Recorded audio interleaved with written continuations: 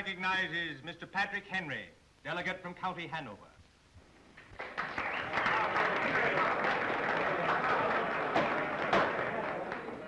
No man, Mr. President, thinks more highly than I do of the patriotism as well as the abilities of the very honorable gentleman who has addressed the House. But different men often see the same subject in different lights. And therefore, I hope I will not be thought disrespectful to those gentlemen if, entertaining as I do opinions of a character opposite to theirs, I speak forth my sentiments freely and without reserve. This is no time for ceremony. The question before the House is one of awful moment to this country. For my part, I consider it as freedom or slavery, and in proportion to the magnitude of the subject, ought to be the freedom of the debate.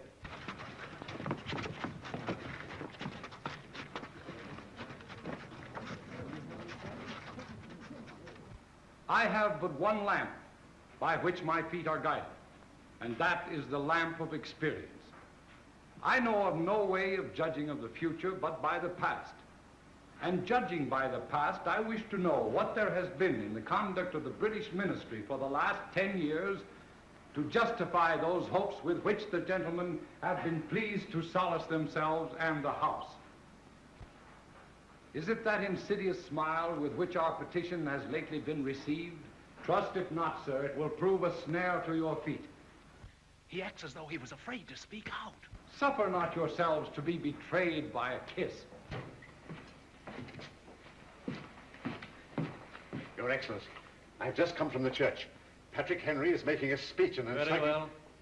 I see no reason for further delay. You have your orders to arrest him. Yes, Your Excellency.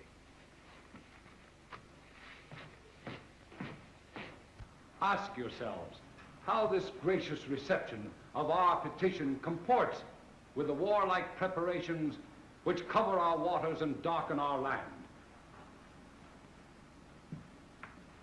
Are fleets and armies necessary to a work of love and reconciliation? Have we shown ourselves so unwilling to be reconciled that force must be called in to win back love?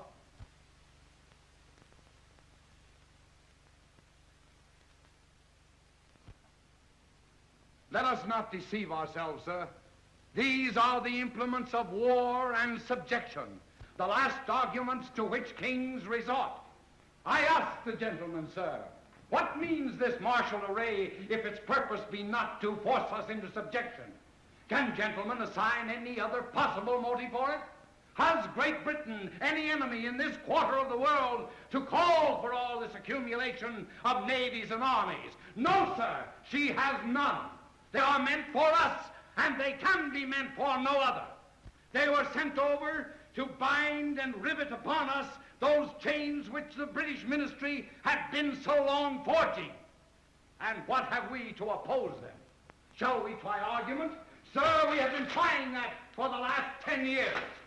Have we anything new to offer upon the subject? Nothing. We have held the subject up to every light of which it is capable, but it has been all in vain. Shall we resort to entreaty and humble supplication?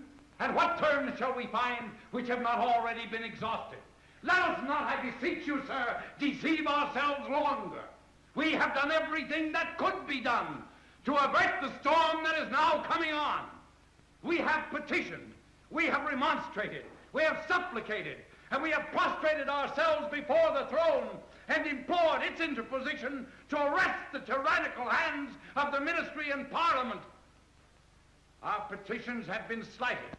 Our remonstrances have produced additional violence and insult. Our supplications have been disregarded, and we have been spurned with contempt from the foot of the court. In vain after these things may we indulge the vain hope of peace and reconciliation. There is no longer any room for hope.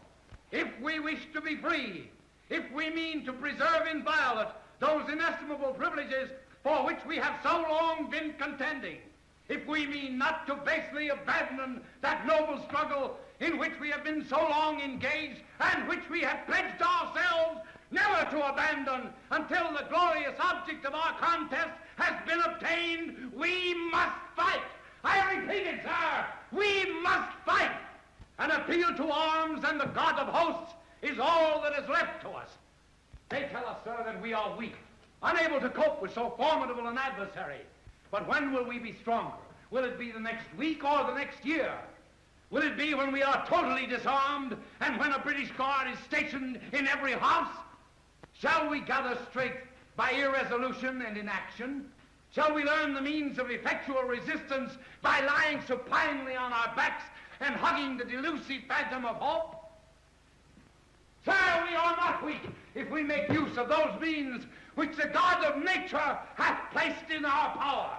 3 millions of people armed in the holy cause of liberty, and in such a country as that which we possess, is invincible to any force our army can send against us.